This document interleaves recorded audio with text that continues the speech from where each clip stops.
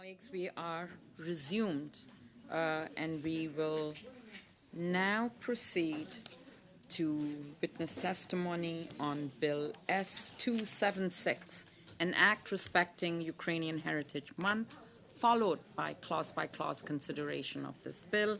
I invite Senator Dasko to take a seat at the witness table. She's already there, and deliver opening remarks. Senator Dasko, we have gained time. You have 5 minutes plus to make your comments. Thank you, Madam Chair. Just as a bit of background, our colleague, Senator Kuchar, is the sponsor of this bill, and he yesterday came down with COVID, and he asked me if I would step in to take on this role here today. So that is why I am here. And my comments are Senator Kuchar's comments. But of course, the questions and the answers to the questions will be mine. Senators aren't permitted to appear via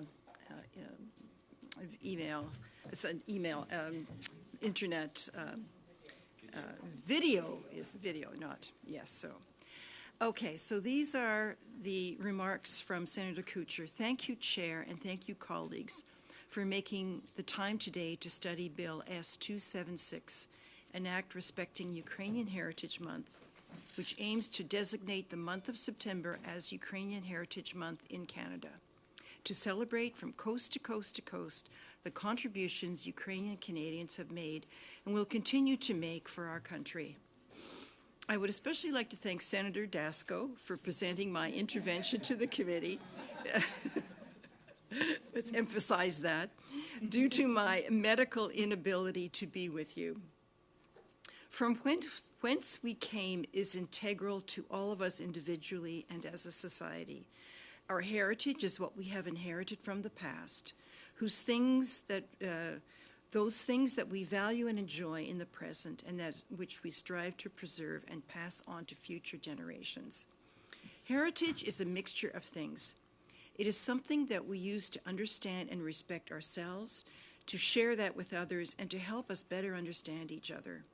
In short, our heritage is a celebration of who we are, who we aspire to be, and part of the glue that binds us to each other. I introduced this bill to honor my Ukrainian heritage with the support and encouragement of the Ukrainian Canadian Congress, the Ukrainian diaspora, and recently arrived Ukrainians seeking refuge here. During my second reading speech, I spoke to the experience of my parents, grandparents, and extended family of their journey and contributions to Canada. They came from Ukraine having lost all their property, many of their friends, and most members of their own families to Russian and Nazi murderers. They sought refuge in Canada following World War II so they could live in peace and without fear.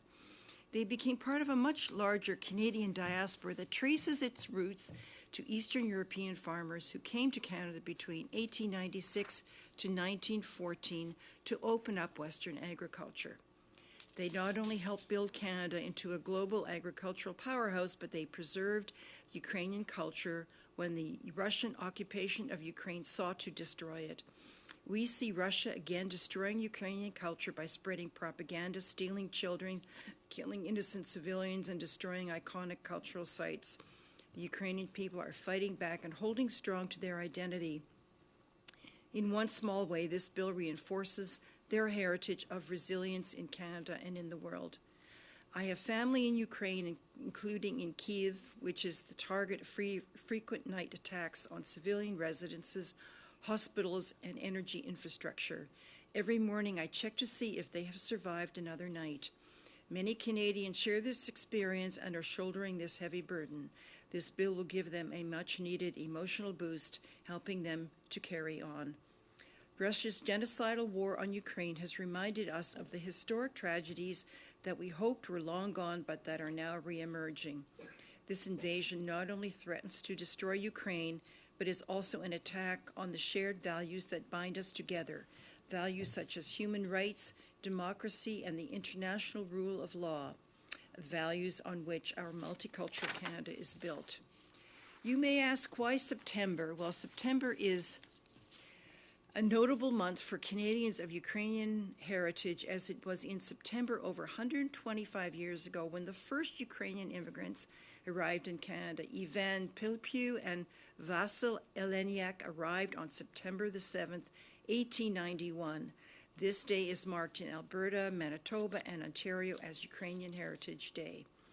Marking the month of September nationally would include these days while concurrently allowing for celebrations to occur from coast to coast to coast at times that would serve the needs of various communities. This year I've had the privilege to attend many Ukrainian cultural events across the country. It was a highlight to be the parade marshal of the Bloor West Village Toronto Ukrainian Festival in September. I got to share that with our colleagues, Senators Omidvar, Dasko, and Youssef, a celebration of hope in the face of darker realities. There are many Ukrainian Canadians of note. One I would like to revisit is Senator Paul Yuzik and his leadership in forming the Canada we know today. He has been called the father of multiculturalism. His first speech in our chamber insisted that all ethnic groups deserve to be recognized as partners in the Canadian mosaic. He saw our multicultural reality as unity in our diversity and challenge our nation to embrace and celebrate that reality. Senators, we all recognize the value of unity in our diversity. We are living in a time that calls for more celebration of things that weave us together in the face of things that pull us apart. Next September, I hope that we can mark Ukrainian Heritage Month together. Thank you, Senator Dasko, for her. I thank Senator Dasko for her assistance in presenting this bill to you, and I am delighted that she will answer questions. Sorry, in my COVID-induced absence. Diakuyu, thank you, Walalia, merci.